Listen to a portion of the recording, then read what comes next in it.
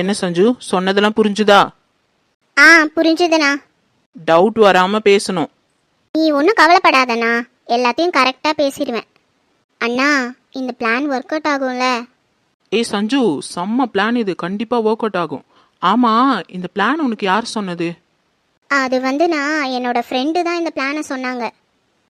சூப்பரா பிளான் பண்ணி சொல்லியிருக்காங்க. கண்டிப்பா இது நடந்தது. அவந்திகா க்ளோஸ், ரிசப்ஷனும் நின்னுடும். சஞ்சு, அண்ணி சொல்லுங்க.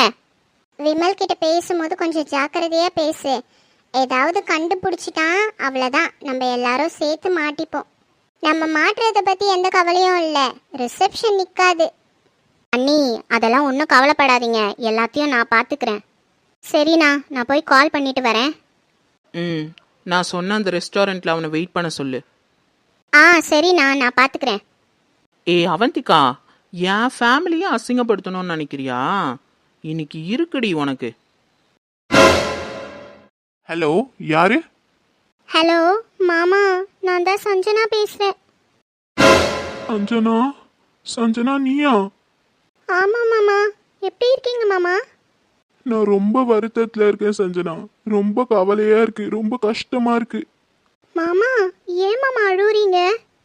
அழாம என்ன சஞ்சனா பண்றது, என்னென்னவோ நடந்து போச்சு, மனசு ரொம்ப கஷ்டமா இருக்கு. என் தங்கச்சி வாழ்க்கை மொத்தமா போச்சு. அவ எப்படி இருக்கா தெரியுமா? அவளை பார்க்கும் போதெல்லாம் ரொம்ப கஷ்டமா இருக்கு. எனக்கும் அந்த கஷ்டம் புரியுது மாமா. ஆனா என்ன பண்றது, இதெல்லாம் ஒருத்தர் செஞ்ச சதியால நடந்தது. நீங்க என் மேல கோவமா இருப்பீங்கன்னு நினைச்சேன் மாமா. ஆனா பரவாயில்ல, என் போன்லாம் அட்டன் பண்ணி என்கிட்ட பேசுறீங்களே, அது வரைக்கும் சந்தோஷம்.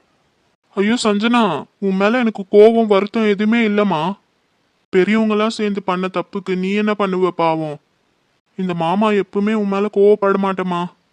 எனக்கு தெரியும் மாமா, நீங்க எப்பவுமே என் மேல பாசமா இருப்பீங்கன்னு எனக்கு தெரியும். அதனால தான் உங்ககிட்ட ஒரு உண்மையை சொல்லணும். நீங்களாம் இந்த நிலைமையில இருக்கீங்கன்னா அதுக்கு ஒரே ஒருத்தர் தான் காரணம்.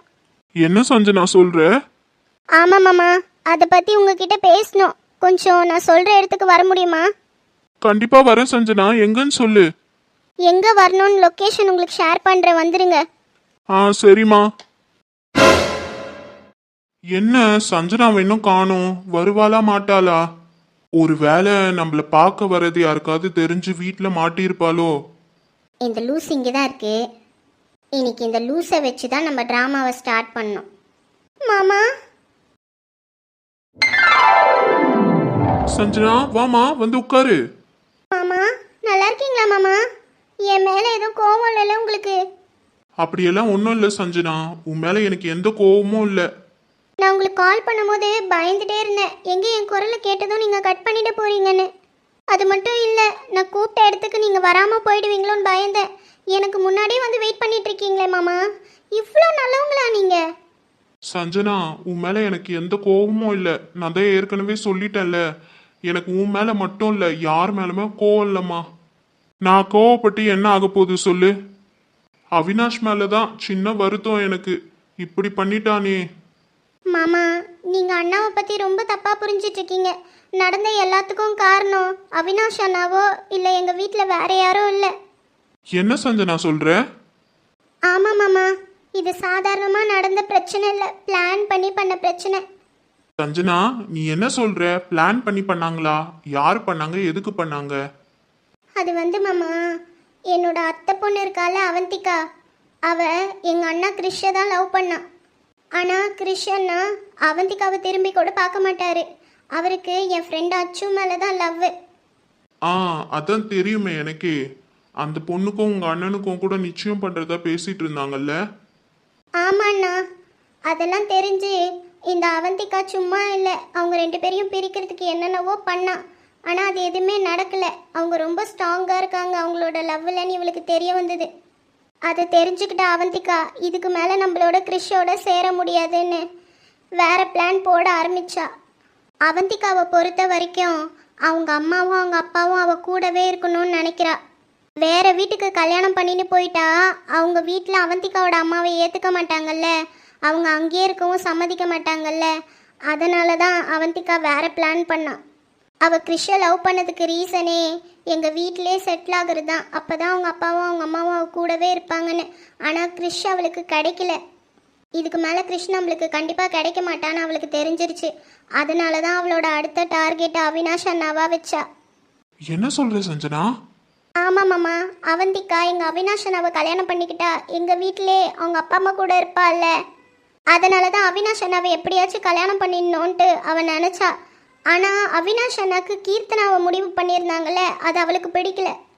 ஆனா சஞ்சனா, கீர்த்தனாவும் அவந்திகாவும் பெஸ்ட் ஃப்ரெண்ட்ஸா தானே இருந்தாங்க.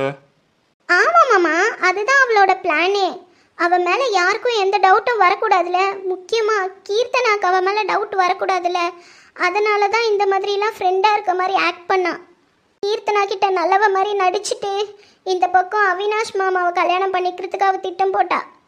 அதனால தான் கீர்த்தனாவும் நீலாம்பரியத்தையும் பேசும்போது இவ ஒட்டு கேட்டுட்டு அவினாஷ் அண்ணாவை போய் கூட்டிட்டு வந்துட்டா. அவினாஷ் அண்ணாவும் அங்கே நடக்கிறது எல்லாத்தையும் கேட்டுட்டாரு. ஆனால் அத்தையும் அந்த டைமில் ஒரு மாதிரி அண்ணாவை தப்பாக தான் பேசியிருக்காங்கன்னு நினைக்கிறேன். அதை கேட்டு அவினாஷ் அண்ணாவுக்கு ரொம்ப கோவம் வந்துருச்சு. கீர்த்தனா நம்ம ஃபேமிலியை பிரிக்கிறதுக்கு தான் வந்திருக்கா, என்னை ஃபேமிலியிலேருந்து பிரித்து கூட்டிகிட்டு போயிடுவா அப்படின்னு நம்பினாரு. அதுக்காக தான் இந்த கல்யாணத்தை நிறுத்திட்டாரு. அவந்திகா போட்ட பிளானும் நல்லபடியாக நடந்துருச்சு. அத்தை கல்யாணத்தை நிறுத்திட்டு கீர்த்தனாவை கூட்டிகிட்டு போயிட்டாங்க. அவினாஷ் அண்ணா வேற வழி இல்லாமல் அவந்திகாவை கல்யாணம் பண்ணிக்கிட்டாரு. ச்சே, இந்த அவந்திகா எவ்வளவு மோசமான பொண்ணா இருந்திருக்கா பாரு.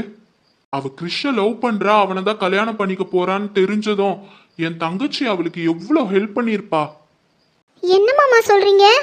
அம்மா சஞ்சனா, உனக்கு அந்த விஷயம் எல்லாம் தெரியாதுல்ல.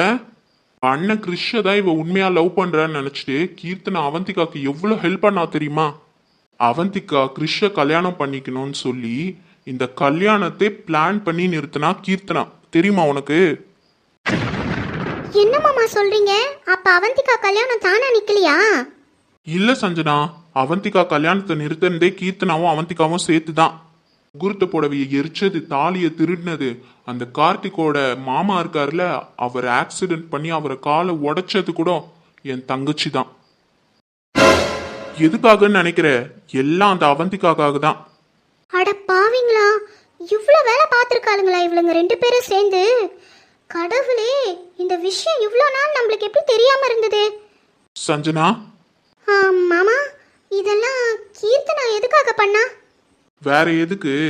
அவந்திகாக்கு கிருஷ்ண கல்யாணம் பண்ணிக்கணும்னு ஆசை இல்ல. இந்த கல்யாணம் நடந்தா அவ எப்படி கிருஷ் கூட சேர முடியும்? அதனாலதான் இந்த கல்யாணத்தை நிறுத்தணும்னு இப்படிலாம் பண்ணான்.